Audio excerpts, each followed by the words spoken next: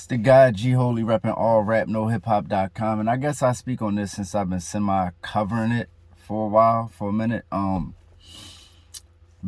on Drink Champs. Maybe I will start giving reviews of all the podcasts that I watch. I mean, I watch them anyway, right? Might as well make some money. Benzino on Drink Champs. I think, okay, let's start here. From a rap battle perspective, like being in the middle of a rap war. Like, I don't even know if he's in the middle of it because I don't know what Eminem will do. But being in the middle of a rap war is horrible. It's like it's probably the worst content that could possibly come out during the middle of a rap battle. You're crying. You're saying you're broke. He's talking about what you used to have.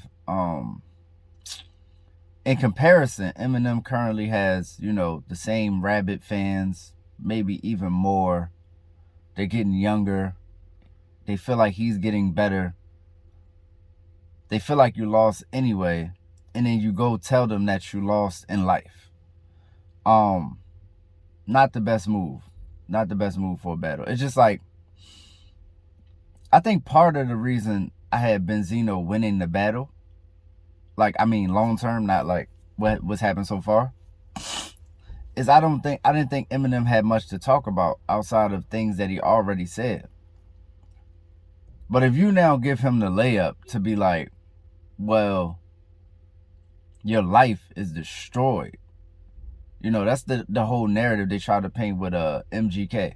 Like, Eminem made him switch genres. Oh my gosh, he's painting his nails now. And he was always a weirdo, but you know how Eminem fans do. So just to give them more ammo was horrible. Like, now there's a whole picture to paint about you, whereas I think before everything had been said, but now this is new and fresh. It's easy to use. But as a man, on a man level, I think he did exactly. I think he did exactly what he needed to do. I think there'd be less depression. I think there'd be less suicide. I think there'd be less people intentionally hurting themselves or going down the drain if they vented in that way. If they just pronounce to the world. I mean, they don't have like platforms to do it, but I mean, just like profess to the world, hey, this is my situation. Because a lot of times, especially as black men, we think the worst thing somebody could figure out is like our actual situation. We always want to, look on the up and up. That's part of the reason that we bow to consumerism, or bound to consumerism, because it makes us look and feel good, right? To have Gucci shoes and live in the projects, because it's like we normalize living in the projects already, so that's just not a thing. So the next step is just to feel good, to feel better, to, for everything it does financially in the negative, for dudes to buy ice and floss when they get money and say, I got it. Mentally, that's like some of the only things that's like keeping them together, to be honest. Like the fact that they look at themselves in high regard because they have material things.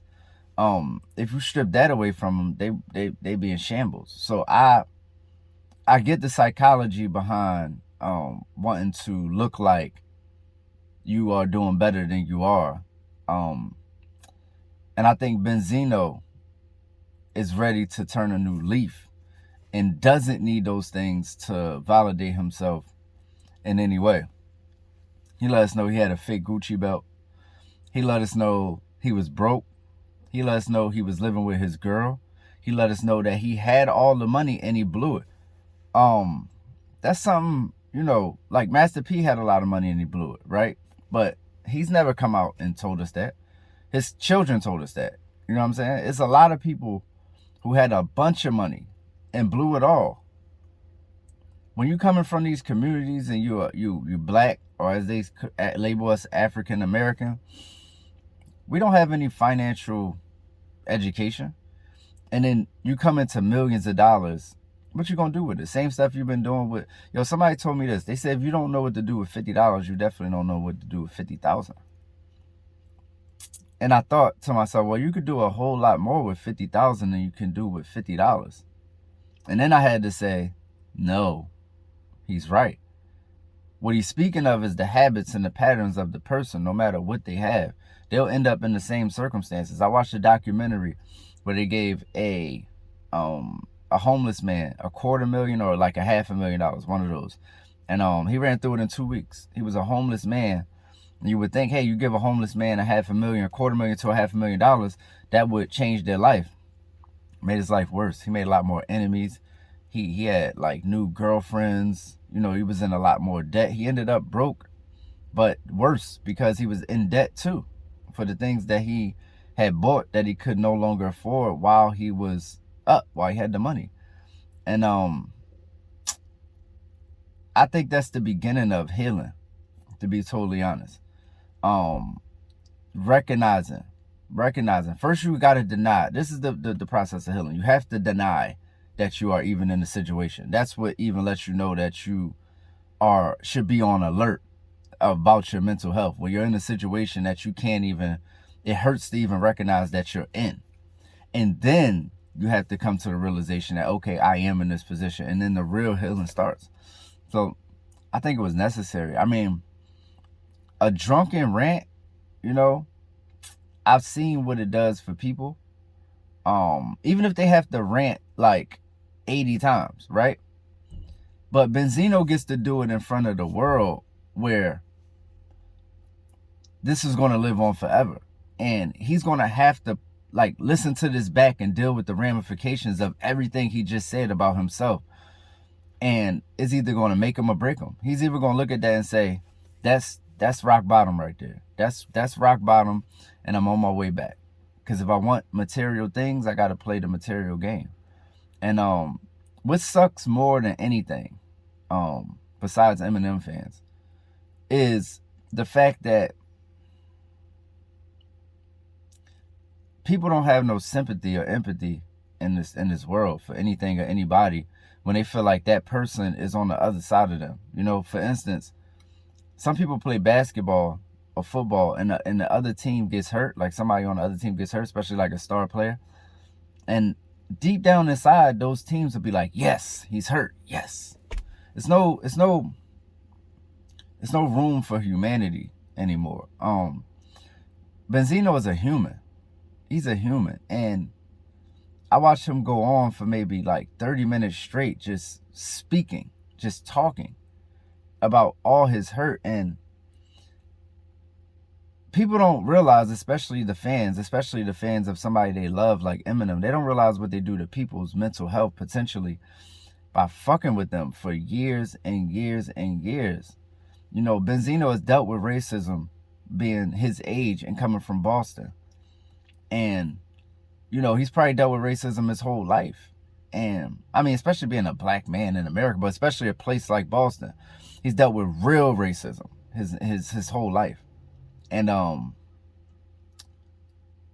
he's overcome that mentally. He doesn't hate white people because white people have done bad things to him. This is what he's saying, not what I'm saying.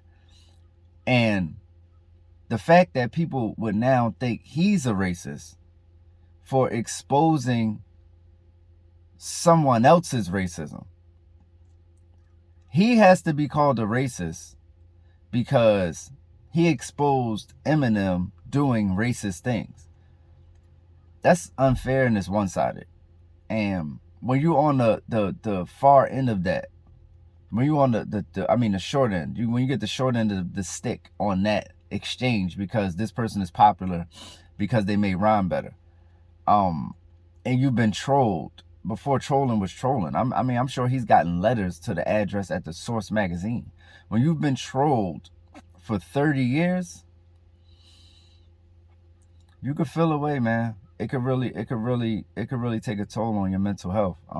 Especially when you're a legend like Benzino, and your legend has been reduced to Eminem's foe. Your legend has been reduced to, you know, a villain role when you played when you're such a hero in hip hop.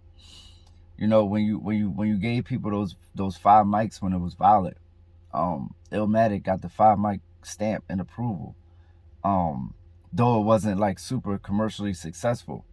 And made legends, helped make legends, and created the hip hop awards. You know what I mean? Like, what this is something we discovered during the Drink Champs, is like the idea of the hip hop awards possibly didn't exist before Benzino. So to have your legend be reduced to the villain of a anti-hero,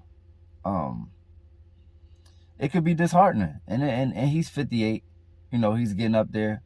It's like, if I don't create a new version of myself, I'm gonna pass away as the Eminem hater and the racist, and that's gonna be my legacy. And for all he's done, I personally don't think that's fair, but he definitely does not either. So that was my takeaway. I saw a man. I saw a man who was hurt, but I also saw a man who was brave, who wasn't afraid to let us know the position that he's in. And I think he feels like he won't be in that position. So I think he's going to take this moment, and he's going to strive for greatness as far as his own, like, material gain. Anything else, he can be rich tomorrow. And, you could be rich. He's got a good relationship with his girl. They've been together for 3 years, according to them. And that's in the bag. If he wants to be a great father or whatever that is, like, he can just call Coi Leray today. It's not, nothing else is that serious. So if he's defined by material gain, I think he on his way back to a position where he can get some money in his pocket, especially with all the attention that he's been getting lately. He's winning a rap battle against, somebody who people deem a monster on that microphone. And yeah, that was my takeaway. You can tell me your takeaway, man. That's what I got from it. And I would say pray for Benzino, but I don't feel like he needs it. I think he knows what he needs to do for himself, his legacy, and his family. And I think he's gonna do that. I think he's gonna show us. And if not, he can't hurt his legacy at this point. So whatever. It's the guy G Holy, repping allrapnohiphop.com. I think the neck jokes. I think what helped me realize where he was when he could joke about his own neck.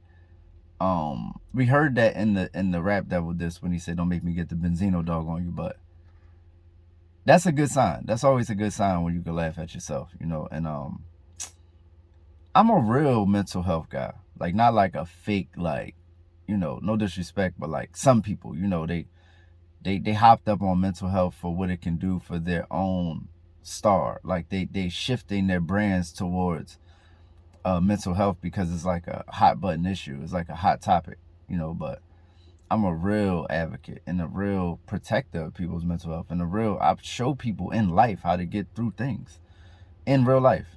And I think this is a good step, man. I think it's a good step for everything that he's going to get laughed at about. It needed to be said. It needed to be said. He needed to profess, and it's a great thing. So, yeah, let me know what y'all think below, man. We're not Eminem fans, Phil. We watch Kevin Samuels. I'm that guy that's leaving for 30 minutes, like, so don't pay me no mind. Just click it off if I'm talking too much. We watch Kevin Samuels put black people together. We watched him change the mindset of some women and even some men. He motivated men to get some money. He motivated women to realize they don't need a man with 6 figures, and they can settle just for whatever position they're in. They could get a mere reflection of who they are.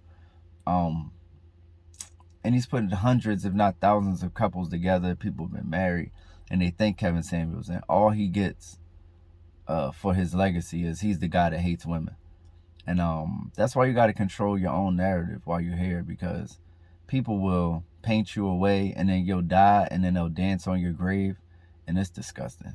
I'm gonna be honest with you. If Benzino passed away today, Eminem fans would rejoice. They would have, they would feel like it's some type of personal win for them. Like, it's really disgusting. Like, they would, like, wear Benzino shirts and say fuck Benzino and rest in piss and all this other stuff. Oh, he died. Like, it's bad. The people don't even let you go in depth these days. You know, like I don't come from that, man. I don't come from that at all. I think it's disgusting. And hopefully Benzino can do some undeniable shit where niggas could be like, fuck, I'm a hater. You know what I mean? We out here. Dream team forever. Meet the God, G Holy Sensei, leader of men.